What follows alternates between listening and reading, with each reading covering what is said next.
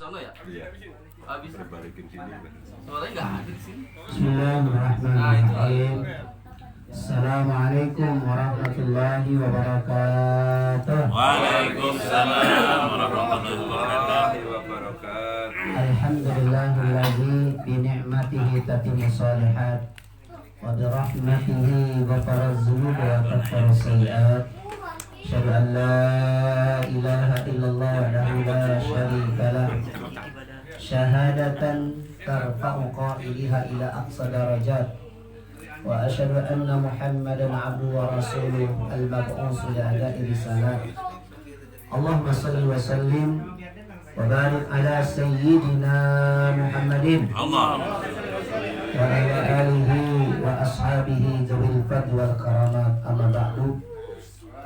Faqala Allah Ta'ala fi kitabil karim wa asdaqul qailin. A'udzu billahi minasy syaithanir rajim. Bismillahirrahmanirrahim. Ya ayyuhallazina amanu qu anfusakum wa ahlikum nara. Shadaqallahul azim. Sahibul bait, saudara Hasan yang saya hormati, dan anak kita yang baru dihitan, Ustaz Haikal yang baru dihitan, kita doakan semoga dijadikan anak yang soleh. Amin. Dan semoga kita yang hadir semua dalam keadaan sehat walafiat. Amin ya rabbal alamin. Harta yang paling berharga buat kita orang tua itu anak yang soleh. Karena walaupun duit banyak, ya, pangkat tinggi, kalau anaknya pada dablok semua, anak yang nggak bener itu juga.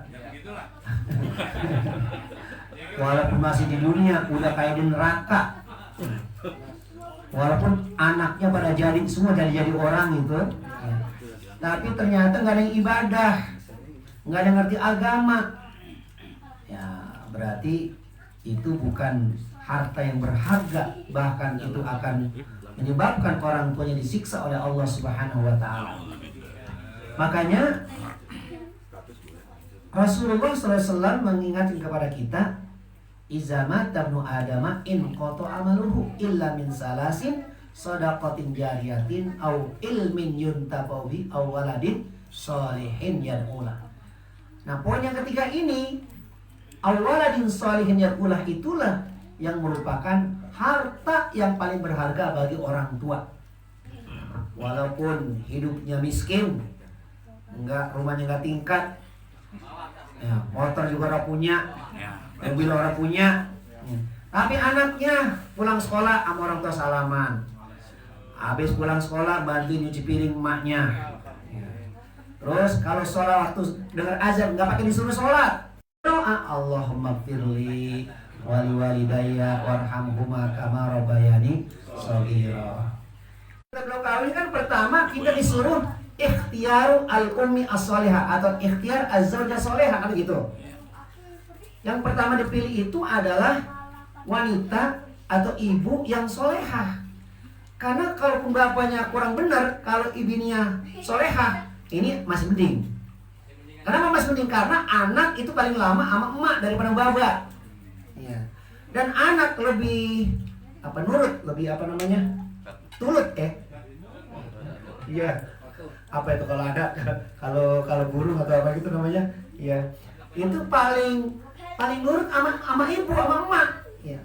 Kalau Maya kemana pasti tanyain, kalau bapak kemana bodo amat, nggak ada yang nanya-nanyain tuh, ya. Nah, berarti ini penting, makanya kata Rasul apa, kalau ada orang yang mau menikah itu, kata Rasul tunkahu, nah tunkahu lil mar'ati arbaun, ya, atau tunkal mar'atu li arba'in, 4. Jamal. Ya kalau jamal makan itu relatif kan. Bisa jadi kita demen, orang lain kagak demen, emang kita demen.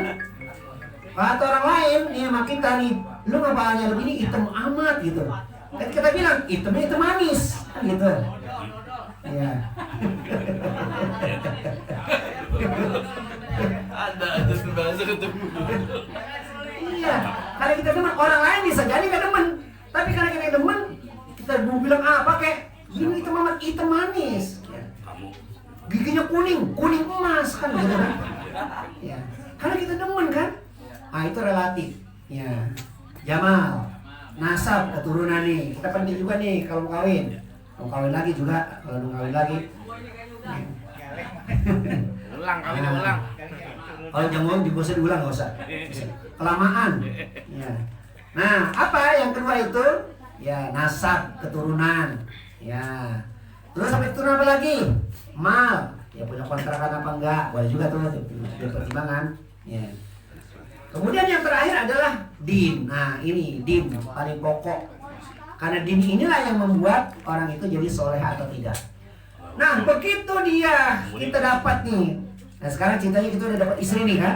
Ya, insya Allah istri kita soleha semua ya. Ya, kalau kurang-kurang dikit emang kita bener banget. Ya. Jangan pak bini gue disalahin, bini gue dijelek-jelekin. Dia betul. Lah bini gue soleh, dia juga kagak soleh kan gitu kan? Kita pengen buat bini kita bener, dan kita juga kagak bener. Ya, jadi kita saling memperbaiki. Nih, jadi ceritanya kita udah punya istri soleh. Bagaimana sekarang biar supaya punya anak yang soleh atau soleha? Biar supaya kita punya harta yang berharga ketika kita kembali pada Allah Subhanahu Wa Taala. Ya, maka yang pertama yang kita lakukan adalah ya berdoa juga, doa, banyak doa kepada Allah. Ya. Makanya Nabi Ibrahim itu doa Rabbi habli minas sholihin. Itu doanya bukan setahun 2 tahun, puluhan tahun. Nabi Ibrahim kan sunatnya umur 80 tahun. Ya. 80 tahun, nah kita 80 tahun udah naik jalannya. Ya, kalau Diding sudah 80 tahun gimana coba Diding?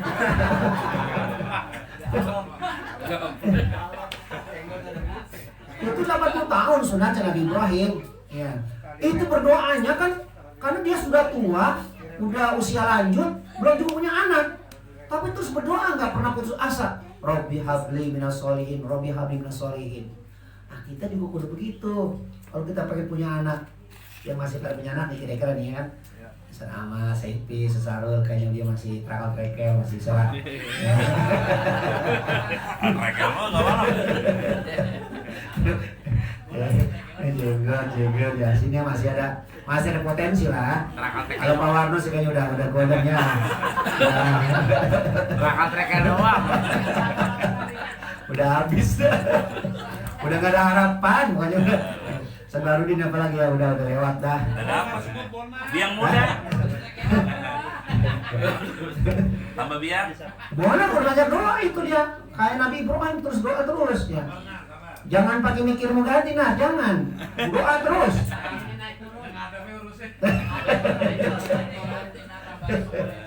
Lah masih banyak orang yang sampai 10 tahun, 20, 30 tahun, 40 tahun kayaknya punya anak juga ya. Jadi ada potensi, makanya kita suruh banyak Rabbi habli minas sholihin, Rabbi habli minas sholihin, Rabbi habli minas sholihin. Begitu, suruh berdoa. Ya. Makanya akhirnya dikabulkan oleh Allah Subhanahu Wa Taala. Walaupun memang dikabulkan Nabi Ibrahim itu dia kawin lagi kan? Sama. Ya ini mah cerita lain. Lagi Enggak, ini mah karena dia kan mau punya anak. Akhirnya kan dia kawin lagi dengan siapa? Sama Siti Hajar. Begitu dia punya anak Ismail, baru ternyata Sarah punya anak lagi namanya Ishak. Ya, makanya Nabi Ibrahim disebut Abul Anbiya, bapaknya para nabi.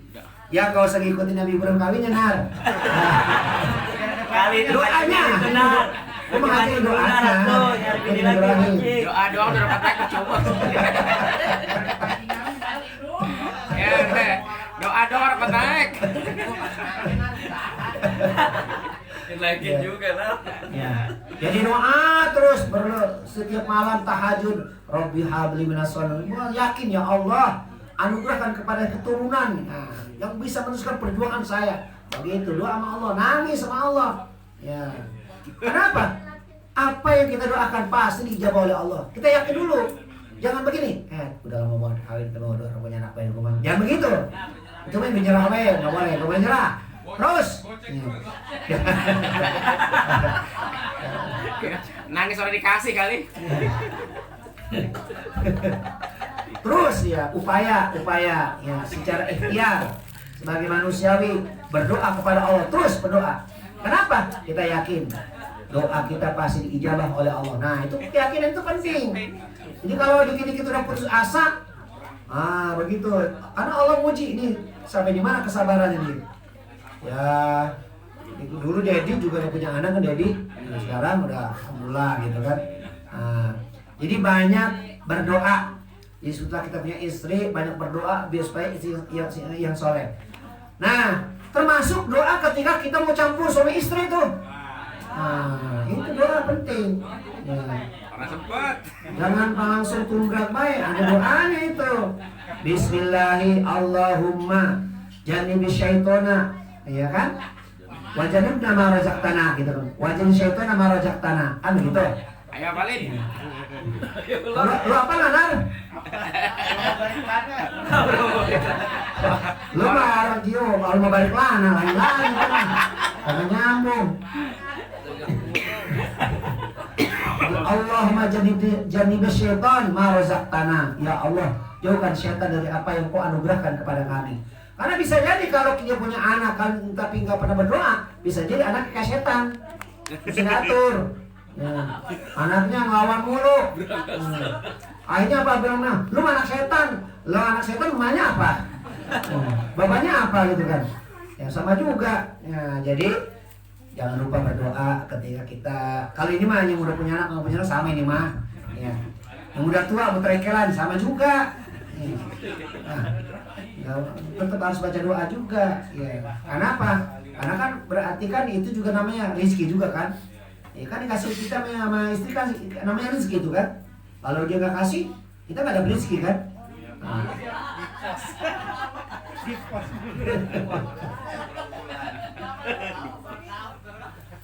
Nah, berikutnya adalah al-qudwah, keteladanan. Ya, ini penting keteladanan ini. Itu Nabi Ismail percaya sama Nabi Ibrahim karena Ibrahim telah memberikan keteladanan yang luar biasa. Nabi Ismail tahu tentang cerita bagaimana Nabi Ibrahim dalam mempertahankan tauhid dan akidah. Udah kenal. Begitu pula istrinya Hajar mengenal betul siapa Nabi Ibrahim. Sehingga begitu Nabi Ibrahim berkali-kali mendapat wahyu melalui mimpi menyembelih anaknya, kemudian diceritakan kepada Ibrahim kepada anaknya nggak langsung nolak, nggak nolak sama sekali, terima. Falamma balagha mausa'ya qala inni ara fil manam anni azbahuka fanzur maza taro. Coba perhatikan, wahai anakku, kira-kira pendapat lu gimana nih kira-kira nih? Gua ngimpi sampai berkali-kali gua nyembelih lu, kalau masih kita gitu kan. Apa kata anaknya? Ya abati if'al, wahai ayahanda, if'al ma tu'mar, lakukan apa yang diperintahkan kepadamu. Ya kalau sekarang mari kata gitu anak kita, mengapa saya masih muda begitu kan? Kenapa bukan bapak baik begitu kan? Bisa begitu. Tapi inilah Ismail yang dididik dengan keteladanan yang baik, maka dia memiliki akhlak yang mulia karena sudah dicontohkan oleh orang tuanya. Nah, kita juga ini penting. Kalau orang tua nyuruh anaknya sholat, galak banget nyuruh sholat, tapi dia sendiri gak pernah sholat, ya repot juga. Ya. Iya, jadi anak juga nanti ngelawan. Karena apa? Karena berarti bisa jadi anaknya sholat ke masjid bukan karena keimanan, tapi karena takut. Ini juga banyak nih orang-orang Saudi misalnya atau orang Arab yang begitu naik pesawat dia kan pakai cadar tuh tutup. Begitu di pesawat buka pakaian dia, pakai rok pendek. Ya banyak itu. Kenapa? Karena ketaatan hukumnya bukan karena Allah, tapi karena negara. Ya, dia takut sama negara. Ya kalau misalnya dia melakukan salah maka dihukum. Nah jadi keteladanan. Yang berikutnya pendidikan. Pendidikan yang paling utama itu pendidikan keimanan. Makanya kata Allah, ya lazina amanu qu anfusakum wa ahlikum nar. Dari kecil kita sudah didik. Begitu dia lahir, kita azanin. Berarti kita sudah kenalkan dia dengan lafzul jalalah, dengan Allah Subhanahu wa taala. Lalu kemudian diapain? Ditahnik, ya. Dioles-olesin korma atau madu sambil didoain. Ya. Lalu setelah itu diapain? Dicukur rambutnya. Lalu ditimbang, lalu kemudian disedekahkan dengan nilai perak. Ya. Kemudian apa lagi? Terus sampai dia berumur misalnya 7 tahun misalnya. Nah, lalu kemudian setelah diakikahkan, lalu nanti dia dikasih nama dengan nama yang baik. Kenapa ngasih nama yang baik? Karena nama kita itu nanti tercatat di hari kiamat. Nama kita, nama bapak kita. Kalau zaman dulu ada orang namanya Pacul bin Pancong, itu namanya begitu. Ya. Jadi nama itu nama asli. Apa kata Rasulullah? Innakum satud'auna yaumal qiyamati bi asma'ikum wa asma' abaikum. Kamu nanti akan diabsen, disebut namamu dan nama bapamu. Jadi nama kita, nama bapak kita. Makanya kita disuruh ngasih nama yang baik. Ya. Walaupun udah gede nggak kurang baik ya, tapi kan nama itu doa. Bagaimana berharap dengan nama itu, anak yang kita kasih nama-nama yang baik, maka dia dengan harapan bisa menjadi anak yang baik. Ya. Tapi dari prosesnya sudah diikut tadi. Ya kasih nama yang baik, tapi bapaknya ternyata dapat di bawah layar tancap misalnya, terus kemudian belum ngapa-ngapa udah punya anak baik, udah belum nikah perut bininya udah mendung, Kreatif tuh. udah terlalu kreatif. Ya, akhirnya apa? Karena saking kreatifnya belum nikah begitu ya, bagaimana punya anak yang solehan. Walaupun memang anak mah nggak tahu apa-apa, anak mah yang dosa sama babanya. Ya. Walaupun misalnya dia lahir, misalnya anak tetap suci, nggak terpengaruh dengan perilaku orang tua. Karena walaupun bapaknya kafir, begitu dia punya anaknya fitrah. Lalu dia anaknya meninggal masih kecil, masuk surga anaknya. Tapi dia nggak bisa nolong bapaknya karena bapaknya kafir. Ya. Nah jadi setelah nanti baru berumur 7 tahun, nah dihitan. Ya. Karena apa? Karena 7 tahun itu biasanya orang namanya sebut mumayyiz. Ya. Apa mumayyiz? Mumayyiz itu sudah bisa bedakan mana yang cakep, mana yang jelek, ya. Nah, mana yang perlu dilakukan, mana yang tidak. Berarti dia sudah berlatih diri untuk melakukan amal-amal ibadah kepada Allah. Walaupun dia belum mukallaf. Jadi kalau dia nggak sholat, ya, walaupun dia nggak puasa, belum dosa. Kenapa? Karena belum mukallaf. Begitu balik, ada catatannya itu. Ya. Nah, kalau begitu balik ada catatan. Ya. Kita ini kan udah kelamaan, bukunya udah banyak banget kita nih. Udah banyak coretan mulu kalau buku kita kali ya. Ya. Udah berapa buku ini coret dihapus lagi, hitam lagi baik gitu kan. Kemarin habis puasa bersih dikit, terus sekarang udah hitam lagi baik. Wah itu kita begitu mukallaf baru ada catatan. Tapi kalau sebelum mukallaf belum ada catatan tuh, masih bebas ya. Nah, makanya orang yang meninggal muda mah udah gampang masuk surga. Model kita mah kita aduh ya lama kita mah ini ya, karena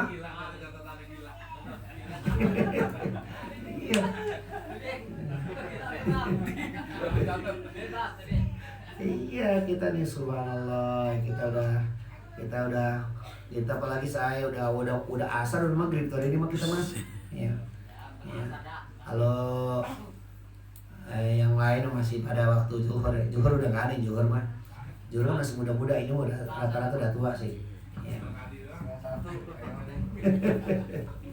Nah, jadi khitan ini berarti kita mempersiapkan anak kita untuk menerima taklif, menerima kewajiban dari Allah Subhanahu wa taala, maka dia dibimbing. Makanya perintah Rasul itu terhadap anak, muru sibyanakum bisolah wa huwa sab'u sinin. Suruh anakmu sholat ketika dia berumur 7 tahun. Ya, udah suruh tuh. Orang tua, jadi kalau belum 7 tahun orang tua nggak nyuruh sholat, nggak dosa. Tapi kalau sudah 7 tahun tuh anak, orang tua nggak nyuruh sholat, orang tua dosa. Kenapa? Karena yang diperintahkan bukan anak. Yang diperintahkan adalah orang tua atau babanya nyuruh anaknya sholat. Kalau anaknya nggak sholat, nggak dosa. Tapi kalau bapaknya nggak nyuruh anaknya sholat, dosa dia. Nah, kita kan kadang-kadang nih, kita para ustadz ya, saya bisa saya nih, saya Rudin sama tuh. Kalau misalnya kita subuh, berangkat, anak kita belum pada bangun, kita nggak bangunin tuh. Ya. Nah, dosa kita. Apalagi kita pulang, anak pulang jam 9, belum bangun tuh bocah. Masih jengkang. Nah. Ya kalau bapaknya orang pergi lah, sama-sama bapaknya itu malam berarti. Itu duduk daglok begitu. Ini mah ceritanya bapaknya rajin. Ini mah ceritanya bapaknya rajin. Cuman rajin bapaknya doang itu dia kurang peduli sama anaknya. Ya. Jadi anaknya pergi sholat, anaknya nggak dibangunin, nggak, jarang nyuruh anak sholat. Dia udah amat, dia pada mikir, nggak bisa. Walaupun anaknya belum balik tapi sudah 7 tahun, orang tua nggak bangun, nggak nyuruh anaknya sholat. Nah, dosa dia. Tapi kalau sudah nyuruh anaknya nggak sholat, nggak dosa juga. Karena apa? Karena di sini adalah suruh. Ya. Suruh anakmu sholat, kata Rasulullah. Suruh anakmu sholat. Yang penting kita sudah nyuruh. Dia sholat sama sholat bukan urusan kita. Ya. Jadi kalau kita suruh dia nggak sholat, kita juga nggak dosa, anak kita juga nggak dosa. Kenapa anak kita nggak dosa? Karena belum balik, belum mukhalaf. Nah, ini kita penting nih.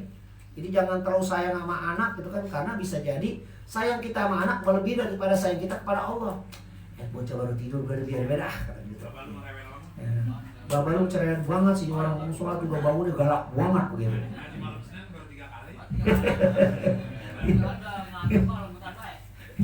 Iya, kadang-kadang akhirnya suami istri pada bertengkar gara-gara yang satu nyuruh bangunin, yang satu ya biar baik bocah lagi baru tidur, sian katanya. Nah, itu namanya sayangnya bukan pada tempatnya. Ya. Itu 7 tahun, nah suruh sholat. Bagaimana kalau sudah lebih 7 tahun, 10 tahun belum juga sholat? Boleh disuruh pukul. Wadribuhum ali asrasinin, pukul ya. Kalau sudah berumur 10 tahun belum juga sholat. Tapi pukul itu bukan satu-satunya cara. Pukul itu udah terakhir. Prototin dulu, ya, terus pura-pura mau dibagel. Nah, baru terakhir udah pura-pura nggak juga bagel beneran dah. Nah, begitu. Ya. Nah, mungkin begitu kita mau anak mah ya.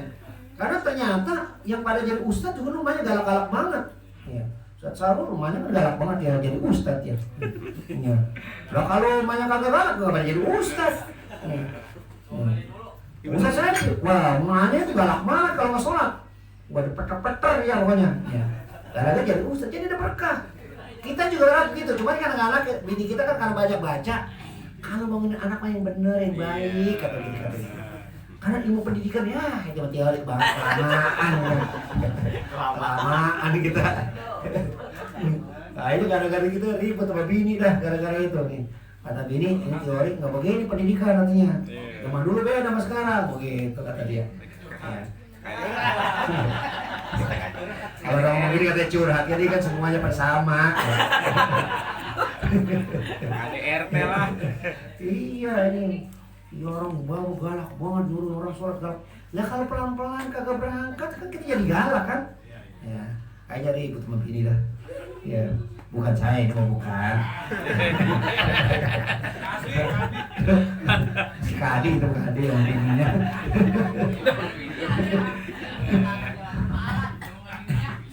Ya, jadi itu pada intinya ya kita harus mendidik anak kita. Ku anfusakum, kita mulai dari diri kita baru anak kita.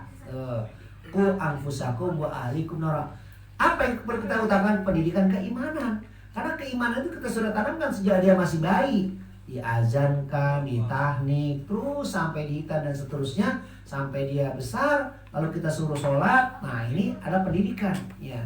Berarti kalau itu sudah kita lakukan, terus makanan yang kita berikan, makanan yang halal, cara mendidik dengan cara pendidik yang sesuai dengan apa yang dicontoh oleh Rasulullah, ya, itu mah berarti namanya ujian buat kita, ya. Karena bisa jadi kan ada orang emaknya mah soleha banget, abahnya soleh banget, anaknya daglong. Padahal anak tuh pesantrenin kagak betah, lari, ya. Sekolah, baru sekolah pindah lagi.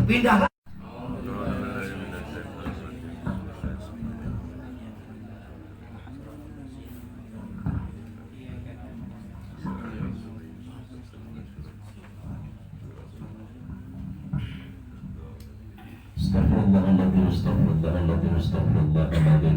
Lakal hamdu ya Rabbi, ma'abud ya Maulana, wa ahdika nasyadu واستغفر الحمد لله رب العالمين. اللهم صل على سيدنا محمد وعلى سيدنا محمد صلاة تنجينا بها من جميع الأهوال والآفات وتقضي لنا بها جميع الحاجات وتطهرنا بها من جميع السيئات وترفعنا بها إنك على الدرجات وتبلغنا بها أقصى الغايات من جميع الخيرات في الحياة وبعد الممات يا قاضي الحاجات. اللهم أعنا على ذكرك وشكرك وحسن عبادتك. ربنا تقبل منا إنك أنت السميع العليم وتب علينا إنك أنت التواب الرحيم. اللهم إنا نسألك سلامة في الدين وعافية في الجسد وزيادة في العلم وبركة في الرزق وتوبة قبل الموت ورحمة عند الموت ومغفرة بعد الموت. اللهم هون علينا في سكرة الموت والنجاة من النار والعفو عند الحساب. اللهم اجعل وأوصل الثواب ما قرأناه من القرآن العظيم ومحل من لا إله إلا الله سبحان الله بحمده وصلى الله على نبيك محمد صلى الله عليه وسلم في هذا المجلس هدية منا واصلة ورحمة من مواهب فضلك نازلة وبركة شاملة لحظة نبينا وشفينا ولنا محمد ثم إلى روح آبائه وإخواننا الأنبياء والمرسلين ولكل منهم والصحابة رسول الله أجمعين ثم إلى روح آبائنا وأمهاتنا وأجدادنا وجداتنا وخصوصا إلى مقصد صاحب البيت من استمعنا حاهنا بالسباب. اللهم اجعل حجابا له من النار اللهم اجعل إذقا له من النار اللهم اغفر له وارحمه وعافه واعف عنه اللهم اغفر لها وارحمها وعافها واعف عنها اللهم اغفر لهم وارحمهم وعافهم واعف عنهم واجعل الجنة مأواهم. اللهم اجعل قبورهم روضة من رياض الجنة ولا تجعل قبورهم حفرة من حفر النير. اللهم أنزل الرحمة والمغفرة على أهل القبور من أهل لا إله إلا الله محمد رسول الله. ربنا اغفر لنا ولوالدينا وارحمهما كما ربيانا صغارا. ربنا هب لنا من أزواجنا وذريتنا قرة أعين واجعلنا للمتقين إماما. حسبنا الله ونعم الوكيل نعم المولى ونعم النصير. لا إله إلا أنت سبحانك إنا كنا من الظالمين. ربنا ظلمنا أنفسنا وإن لم تغفر لنا وترحمنا لنكونن من الخاسرين. ربنا آتنا من لدنك رحمة وهيئ لنا من أمرنا رشدا. اللهم إنا نسألك موجبات رحمتك وعزائم مغفرتك والسلامة من كل إثم والغنيمة من كل بر والفوز بالجنة والنجاة من النار والعفو عند الحساب.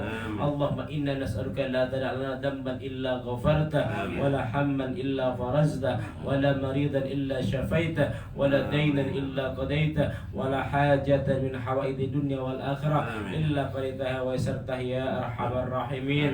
ربنا آتنا في الدنيا حسنة وفي الآخرة حسنة وقنا عذاب النار. وصلى الله على سيدنا محمد والحمد لله رب العالمين. الفاتحة. أعوذ بالله من الشيطان الرجيم. بسم الله الرحمن الرحيم. الحمد لله رب العالمين الرحمن الرحيم مالك يوم الدين. إياك نعبد وإياك نستعين اهدنا الصراط المستقيم صراط الذين أنعمت عليهم غير المغضوب عليهم ولا الضالين. يا ارحمنا يا ارحمنا يا ارحمنا. اللهم بحق الفاتحة بسر الفاتحة بوجود الفاتحة وبالكرامات الفاتحة أجسنا على دين الإسلام ويدافع البلاء يا الله يدافع البلاء الرحمن ويدافع البلاء الرحيم وتحية فيها السلام وآخر دعوانا الحمد لله رب العالمين. Lebih kurangnya mohon maaf. Wassalamualaikum warahmatullahi wabarakatuh.